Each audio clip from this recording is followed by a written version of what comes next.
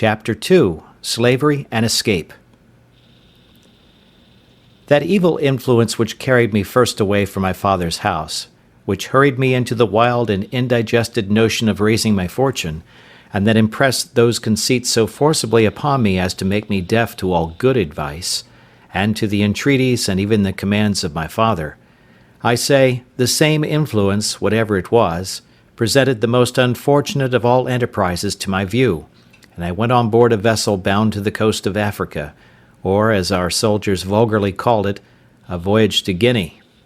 It was my great misfortune that in all these adventures I did not ship myself as a sailor, when, though I might indeed have worked a little harder than ordinary, yet at the same time I should have learnt the duty and office of a foremast man, and in time might have qualified myself for a mate or lieutenant, if not for a master. But as it was always my fate to choose for the worse, so I did here, for having money in my pocket and good clothes upon my back, I would always go on board in the habit of a gentleman, and so I neither had any business in the ship, nor learned to do any. It was my lot first of all to fall into pretty good company in London, which does not always happen to such loose and misguided young fellows as I then was, the devil generally not omitting to lay some snare for them very early. But it was not so with me. I first got acquainted with the master of a ship who had been on the coast of Guinea, and who, having had very good success there, was resolved to go again. This captain taking a fancy to my conversation, which was not at all disagreeable at that time, hearing me say I had a mind to see the world, told me if I would go the voyage with him, I should be at no expense. I should be his messmate and his companion, and if I could carry anything with me, I should have all the advantage of it that the trade would admit, and perhaps I might meet with some encouragement. I embraced the offer, and entering into a strict friendship with this captain, who was an honest, plain-dealing man, I went the voyage with him, and carried a small adventure with me, which, by the disinterested honesty of my friend the captain, I increased very considerably, for I carried about 40 pounds in such toys and trifles as the captain directed me to buy. These 40 pounds I had mustered together by the assistance of some of my relations whom I corresponded with, and who, I believe, got my father, or at least my mother, to contribute so much as that to my first adventure. This was the only voyage which I may say was successful in all my adventures, which I owe to the integrity and honesty of my friend the captain, under whom also I got a competent knowledge of the mathematics and the rules of navigation, learned how to keep an account of the ship's course, take an observation, and in short, to understand some things that were needful to be understood by a sailor, for as he took delight to instruct me, I took delight to learn. And, in a word, this voyage made me both a sailor and a merchant, for I brought home 5 pounds 9 ounces of gold dust for my adventure, which yielded me in London, at my return, almost 300 pounds, and this filled me with those aspiring thoughts which have since so completed my ruin. Yet even in this voyage I had my misfortunes too, particularly that I was continually sick, being thrown into a violent calenture by the excessive heat of the climate, our principal trading being upon the coast, from latitude of 15 degrees north even to the line itself. I was now set up for a Guinea trader, and my friend, to my great misfortune, dying soon after his arrival, I resolved to go the same voyage again, and I embarked in the same vessel with one who was his mate in the former voyage, had now got command of the ship. This was the unhappiest voyage that ever man made, for though I did not carry quite 100 pounds of my new gained wealth, so that I had 200 pounds left, which I lodged with my friend's widow, who was very just to me, yet I fell into terrible misfortunes. The first was this: our ship making her course towards the Canary Islands, or rather between those islands and the African shore, was surprised in the grey of the morning by a Turkish rover of Sallee, who gave chase to us with all the sail she could make. We crowded also as much canvas as our yards would spread, or our masts carry, to get clear, but finding the pirate gained upon us, and would certainly come up with us in a few hours, we prepared to fight, our ship having 12 guns, and the rogue 18. About 3 in the afternoon he came up with us, and bringing to, by mistake, Just athwart our quarter, instead of athwart our stern, as he intended, we brought 8 of our guns to bear on that side, and poured in a broadside upon him, which made him sheer off again, after returning our fire, and pouring in also his small shot from near 200 men which he had on board. However, we had not a man touched, all our men keeping close. He prepared to attack us again, and we to defend ourselves. But laying us on board the next time upon our other quarter, he entered 60 men upon our decks, who immediately fell to cutting and hacking the sails and rigging. We plied them with small shot, half-pikes, powder chests, and such like, and cleared our deck of them twice. However, to cut short this melancholy part of our story, our ship being disabled, and 3 of our men killed and 8 wounded, we were obliged to yield, and were carried all prisoners into Salé, a port belonging to the Moors. The usage I had there was not so dreadful as at first I apprehended, nor was I carried up the country to the Emperor's court, as the rest of our men were, but was kept by the captain of the rover as his proper prize, and made his slave, being young and nimble, and fit for his business. At this surprising change of my circumstances, from a merchant to a miserable slave, I was perfectly overwhelmed, and now I looked back upon my father's prophetic discourse to me, that I should be miserable and have none to relieve me, which I thought was now so effectually brought to pass that I could not be worse. For now the hand of heaven had overtaken me, and I was undone without redemption.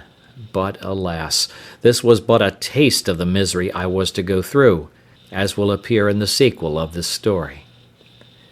As my new patron, or master, had taken me home to his house, so I was in hopes that he would take me with him when he went to sea again, believing that it would some time or other be his fate to be taken by a Spanish or Portugal man of war, and that then I should be set at liberty. But this hope of mine was soon taken away, for when he went to sea, he left me on shore to look after his little garden, and do the common drudgery of slaves about his house, and when he came home again from his cruise, he ordered me to lie in the cabin to look after the ship. Here I meditated nothing but my escape, and what method I might take to effect it, but found no way that had the least probability in it, nothing presented to make the supposition of it rational, for I had nobody to communicate it to that would embark with me, no fellow slave, no Englishman, Irishman, or Scotchman there but myself, so that for 2 years, though I often pleased myself with the imagination, yet I never had the least encouraging prospect of putting it in practice. After about 2 years, an odd circumstance presented itself, which put the old thought of making some attempt for my liberty again in my head. My patron lying at home longer than usual without fitting out his ship, which, as I heard, was for want of money, he used constantly, once or twice a week, sometimes oftener if the weather was fair, to take the ship's pinnace and go out into the road a fishing, and as he always took me and young Moresco with him to row the boat, we made him very merry, and I proved very dexterous in catching fish, insomuch that sometimes he would send me with a Moor, one of his kinsmen, and the youth, the Moresco, as they called him, to catch a dish of fish for him. It happened one time that going a-fishing in a calm morning, a fog rose so thick that, though we were not half a league from the shore, we lost sight of it, and rowing we knew not whither or which way, we laboured all day, and all the next night, and when the morning came we found we had pulled off to sea instead of pulling in for the shore, and that we were at least 2 leagues from the shore. However, we got well in again, though with a great deal of labour and some danger, for the wind began to blow pretty fresh in the morning, but we were all very hungry. But our patron, warned by this disaster, resolved to take more care of himself for the future, and having lying by him the longboat of our English ship that he had taken, he resolved he would not go a-fishing any more without a compass and some provision, so he ordered the carpenter of his ship, who was also an English slave, to build a little state-room or cabin in the middle of the longboat, like that of a barge, with a place to stand behind it to steer, and haul home the main-sheet, the room before for a hand or two to stand and work the sails. She sailed with what we call a shoulder of mutton sail, and the boom jibed over the top of the cabin, which lay very snug and low, and had in it room for him to lie, with a slave or two, and a table to eat on, with some small lockers to put in some bottles of such liquor as he thought fit to drink, and his bread, rice, and coffee. We went frequently out with this boat a-fishing, and as I was most dexterous to catch fish for him, he never went without me. It happened that he had appointed to go out in this boat, either for pleasure or for fish, with 2 or 3 Moors of some distinction in that place, and for whom he had provided extraordinarily, and had therefore sent on board the boat overnight a larger store of provisions than ordinary, and had ordered me to get ready 3 fusees with powder and shot, which were on board his ship, so that they designed some sport of fowling as well as fishing. I got all things ready as he had directed, and waited the next morning with the boat washed clean, her ancient and pendants out, and everything to accommodate his guests, when by and by my patron came on board alone, and told me his guests had put off going from some business that fell out, and ordered me, with the man and boy, as usual, to go out with the boat and catch them some fish, so that his friends were to sup at his house, and commanded that as soon as I got some fish I should bring it home to his house, all of which I prepared to do. This moment my former notions of deliverance darted into my thoughts, for now I found I was likely to have a little ship at my command, and my master being gone, I prepared to furnish myself, not for fishing business, but for a voyage, though I knew not, neither did I so much as consider, whither I should steer. Anywhere to get out of that place was my desire. My first contrivance was to make a pretence to speak to this Moor, to get something for our subsistence on board, for I told him we must not presume to eat of our patron's bread. He said that was true, so he brought a large basket of rusk or biscuit, and 3 jars of fresh water into the boat. I knew where my patron's case of bottles stood, which it was evident, by the make, were taken out of some English prize, and I conveyed them into the boat while the Moor was on shore, as if they had been there before for our master. I conveyed also a great lump of beeswax into the boat, which weighed about 1/2 hundredweight, with a parcel of twine or thread, a hatchet, a saw, and a hammer, all of which were of great use to us afterwards, especially the wax, to make candles. Another trick I tried upon him, which he innocently came into also. His name was Ismail, which they call Muley or Moly, so I called to him, "Moly," said I, "our patron's guns are on board the boat. Can you not get a little powder and shot? It may be we may kill some alcames, a fowl like our curlews, for ourselves, for I know he keeps the gunner's stores in the ship." "Yes," says he, "I'll bring some." And accordingly he brought a great leather pouch, which held 1.5 pounds of powder, or rather more, and another with shot, that had 5 or 6 pounds, with some bullets, and put all into the boat. At the same time I had found some powder of my master's in the great cabin, with which I filled one of the large bottles in the case, which was almost empty, pouring what was in it into another, and thus furnished with everything needful, we sailed out of the port to fish. The castle, which is at the entrance of the port, knew who we were, and took no notice of us, and we were not above a mile out of port before we hauled in our sail and set us down to fish. The wind blew from the north-northeast, which was contrary to my desire, for had it blown southerly I had been sure to have made the coast of Spain, and at least reached to the Bay of Cadiz, but my resolutions were, blow which way it would, I would be gone from that horrid place where I was, and leave the rest to fate. After we had fished some time and caught nothing, for when I had fish on my hook I would not pull them up, that he might not see them, I said to the Moor, "This will not do, our master will not be thus served, we must stand farther off." He, thinking no harm, agreed, and being in the head of the boat, set the sails, and, as I had the helm, I ran the boat out near a league farther, and then brought her to, as if I would fish, when, giving the boy the helm, I stepped forward to where the Moor was, and making as if I stooped for something behind him, I took him by surprise with my arm under his waist, and tossed him clear overboard into the sea. He rose immediately, for he swam like a cork, and called to me, begged to be taken in, told me he would go all over the world with me. He swam so strong after the boat that he would have reached me very quickly, there being but little wind, upon which I stepped into the cabin, and fetching one of the fowling pieces, I presented it at him, and told him I had done him no hurt, and if he would be quiet, I would do him none. But, said I, you swim well enough to reach to the shore, and the sea is calm. Make the best of your way to shore, and I will do you no harm. But if you come near the boat, I'll shoot you through the head, for I am resolved to have my liberty. So he turned himself about, and swam for the shore,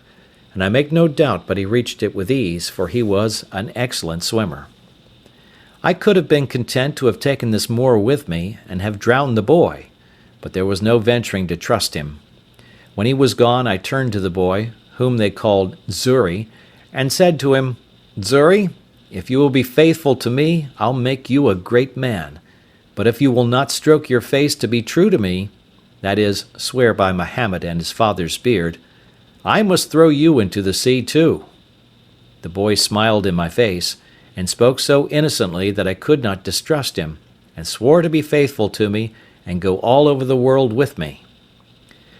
While I was in view of the Moor that was swimming, I stood out directly to sea with a boat, rather stretching to windward, that they might think me gone toward the strait's mouth, as indeed any one that had been in their wits must have been supposed to do. For who would have supposed we were sailed on to the southward, to the truly barbarian coast, where whole nations of negroes were sure to surround us with their canoes and destroy us, where we could not go on shore but we should be devoured by savage beasts, or more merciless savages of humankind? But as soon as it grew dusk in the evening, I changed my course, and steered directly south and by east, bending my course a little towards the east, that I might keep in with the shore, and having a fair fresh gale of wind, and a smooth quiet sea, I made such sail that I believe by the next day, at 3 o'clock in the afternoon, when I first made the land, I could not be less than 150 miles south of Salé, quite beyond the Emperor of Morocco's dominions, or indeed of any other king thereabouts, for we saw no people. Yet such was the fright I had taken of the Moors, and the dreadful apprehensions I had of falling into their hands, that I would not stop, or go on shore, or come to an anchor, the wind continuing fair till I had sailed in that manner 5 days, and then the wind shifting to the southward. I concluded also that if any of our vessels were in chase of me, they also would now give over. So I ventured to make to the coast, and came to an anchor in the mouth of a little river, I knew not what, nor where, neither what latitude, what country, what nation, or what river. I neither saw nor desired to see any people. The principal thing I wanted was fresh water. We came into this creek in the evening, resolving to swim on shore as soon as it was dark, and discover the country. But as soon as it was quite dark, we heard such dreadful noises of the barking, roaring, and howling of wild creatures, of we knew not what kinds, that the poor boy was ready to die with fear, and begged of me not to go on shore till day. Well, Xury, said I, then I won't. But it may be that we may see men by day, who will be as bad to us as those lions. Then we give them the shoot-gun, says Xury, laughing. Make them run way. Such English Xury spoke by conversing among us slaves. However, I was glad to see the boy so cheerful, and I gave him a dram, out of our patron's case of bottles, to cheer him up. After all, Xury's advice was good, and I took it.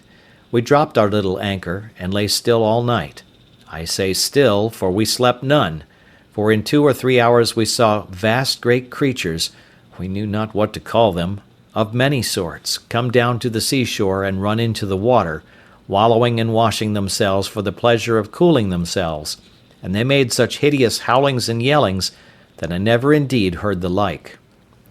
Xury was dreadfully frighted, and indeed so was I too, but we were both more frighted when we heard one of these mighty creatures come swimming towards our boat. We could not see him, but we might hear him by his blowing to be a monstrous, huge, and furious beast. Xury said it was a lion, and it might be so for aught I know, but poor Xury cried to me to weigh the anchor and row away.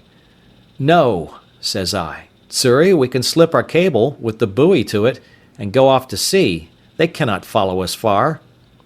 I had no sooner said so, but I perceived the creature, whatever it was, within 2 oars' length, which somewhat surprised me. However, I immediately stepped to the cabin door, and taking up my gun, fired at him, upon which he immediately turned about and swam towards the shore again.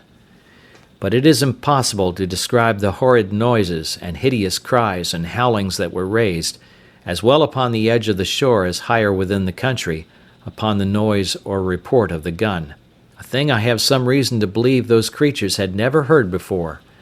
This convinced me that there was no going on shore for us in the night on that coast, and how to venture on shore in the day was another question too. For to have fallen into the hands of any of the savages had been as bad as to have fallen into the hands of the lions and tigers. At least we were equally apprehensive of the danger of it.